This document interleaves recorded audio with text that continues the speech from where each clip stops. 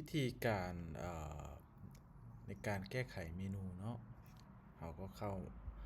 มาที่หน้าเว็บไซต์บัดหนึ่งเนาะโอเคเนาะ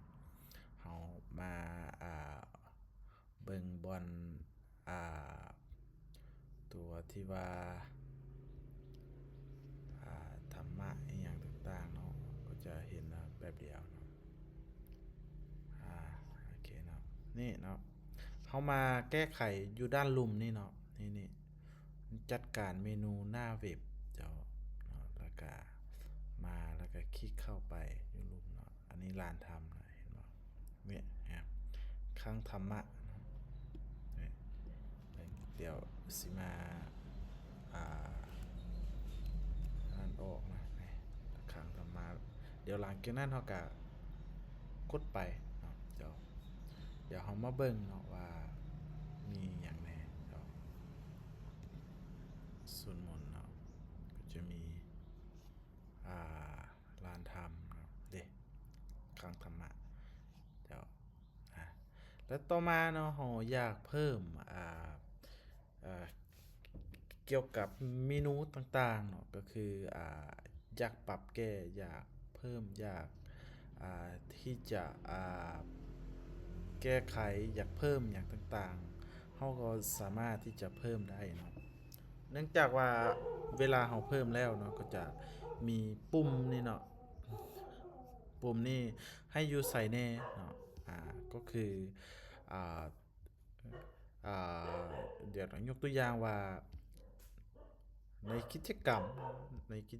นี้ก็จะสิมีอยู่อ่ามีส่วนใดเด้เนาะเดี๋ยวยกตัวอย่างเนาะตัวนี้จะเป็นเดี๋ยวกิจกรรมปฏิบัติธรรมเนาะนี่เฮาเฮาอยากเพิ่มนี่ได้บ่ได้เลยเจ้าเฮากะติ๊กเข้าเพิ่มนี่บัดหนึ่งเนาะติ๊กนี่ปึ๊บเนาะก็จะมีอ่าอ่าในการตัวเมนูใหม่เนาะเราอยากเพิ่มไซส์เนาะแล้วก็เราก็ใส่ว่ากิจกรรมใหม่เนาะนี่เนาะเราก็ติ๊กขึ้นไปบัดหนึ่งนี่เนาะนี่เนาะติ๊กขึ้นไปเนาะมันก็จะมันก็จะขึ้นเข้ามาอยู่ที่ในส่วนของอ่าอ่าบอนที่กิจกรรมนี่เนาะใส่ละไปเดียวนี่เนาะลืมมันนั่นเนาะกิจกรรมจะหลายงานเฮาต้องกดบันทึกก่อนบัดหนึ่ง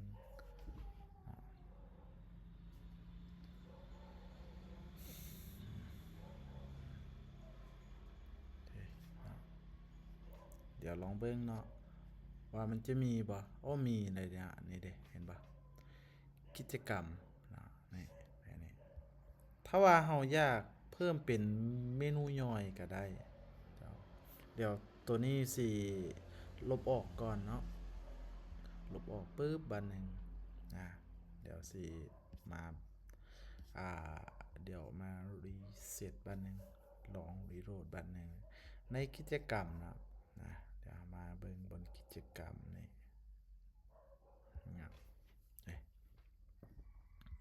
เฮาอยากเพิ่มอีกก็ได้อันนี้เนาะเราก็ต้องกดเข้ามามีรับประเภทอย่างแน่เนาะในบอนกิจกรรมเนาะนี่เนาะนี่บอนนี้จะเป็นเพิ่มเมนูย่อยเข้าเนาะเพื่อจะให้มีแบบคือตรงๆแบบนี้เลยถ้าว่าหากบ่นั่นเราก็ใส่เป็นลิงก์เลยก็ได้นะเจ้า ใจในการที่เราจะจัดการหน้า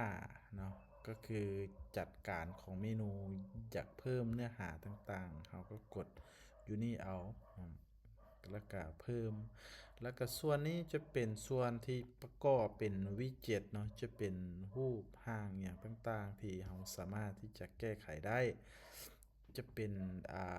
เป็นเนื้อหาเป็น HTML เป็น URL เป็นอย่างต่างๆเนาะในนี้ก็จะมีหลายเนาะเพราะว่าส่วนนี้ก็จะมีการอ่าแสดงให้